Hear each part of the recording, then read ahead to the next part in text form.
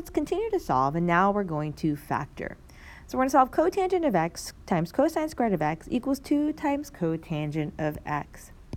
So what we're going to do is we're going to go ahead and set it equal to 0, so subtract 2 cotangent of x from both sides.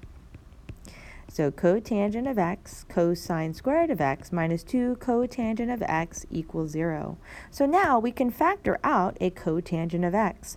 So cotangent of x, and now this is cosine squared of x minus 2, and that equals 0. Then we're going to use the zero product property, set each piece equal to 0 to solve. So cotangent of x equals 0, and cosine squared of x minus 2 equals 0. So cotangent of x equals 0. So we're looking at, so that is the interval between 0 and pi, right? So cotangent and tangent are both a period of pi. So when does cotangent of x equal 0? So that has to be when it's 0 over 1, x over y. X is 0 here, so it's at pi over 2. So we can say that x equals pi over 2 plus n pi. So for cosine squared of x, so we're going to add 2 to both sides. So cosine squared of x equals 2. Take the square root. So cosine of x equals plus or minus the square root of 2.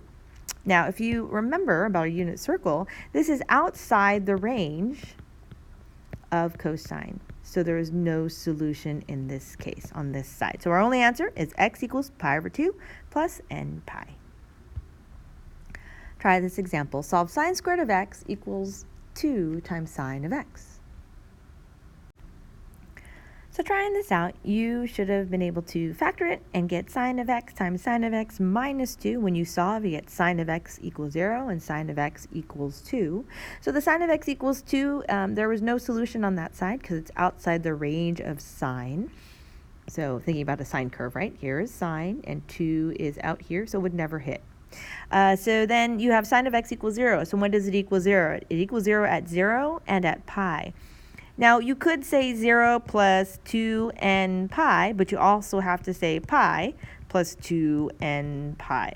Now I hope that you see that the easiest way to write that is that we're just looking at every pi we're hitting when sine of x equals 0, right? So 1 pi is here, another pi is here.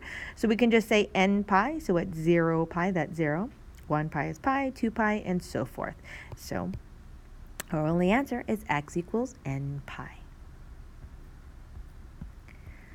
So we're going to solve equations of quadratic type. So below are 2 examples of trigonometric equations of quadratic type. So to solve equations of this type, we can use factoring when possible. And then if it's not factorable, then we will have to use a quadratic formula. In this lesson here, we're only going to see things that are factorable. So quadratic and sine of x, here's an example that is factorable. And then on this one on the right, that is not factorable. So we'll see that later on. So solving an equation of quadratic type, we're going to factor 2 sine squared of x minus sine of x minus 1 equals 0. And this, in this case, is only asking for in the interval between 0 and 2 pi. So to factor 2 sine squared of x minus sine of x minus 1, if you think about this a different way, what if I just called sine of x, let's just say equals u? So I can say this is 2 times u squared minus u minus 1. So if you see that, this is factorable, it's just a is greater than 1, and that's essentially what they're saying here at the top, is that I can put that squared on the outside and the 2 is in the front, and so you kind of can treat this just as a single variable. So that's what we'll do here. So let's factor 2 sine squared of x. So 2 sine of x times sine of x, that will give me 2 sine squared of x. I want a negative in the center, so what I need is the negative 1 on this side, and then a positive 1 here. They have to be opposite signs, so negative 2 plus a sign, positive sign, is a negative sine of x. Then we do the zero product property like we did before. So 2 sine of x plus 1 equals 0, and sine of x minus 1 equals 0. Subtract 1 on this side. So 2 sine of x equals negative 1 divided by 2. So when does sine of x equal negative a half? And then for the right side, we add 1. So sine of x equals 1.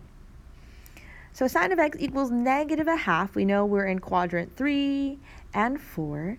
At negative a half, that is at 7 pi over 6 and 11 pi over 6. And when is sine positive 1? Well, that is up here, and that's at pi over 2. So then our answer, now it's only in the interval, so we don't have to do the pi and n pi and all of that. The answer, or the 2n pi and the pi, so x equals pi over 2, 7 pi over 6, and 11 pi over 6. So when it's in the interval, you just write the answers in the interval of 0 to 2 pi, or whatever interval it asks. And then when it just says to solve, then that's when you have to solve for all solutions. So you're adding the 2n pi or pi n, depending on what you're looking at. So try this example here. Find all solutions of 2 sine squared of x minus 3 sine of x plus 1. All right, so in this case, it's pi over 6, pi over 2, and 5 pi over 6, because you get when sine of x equals a half and sine of x equals 1. I always draw it because for me, I like the visual, and so maybe that'll help you out as well.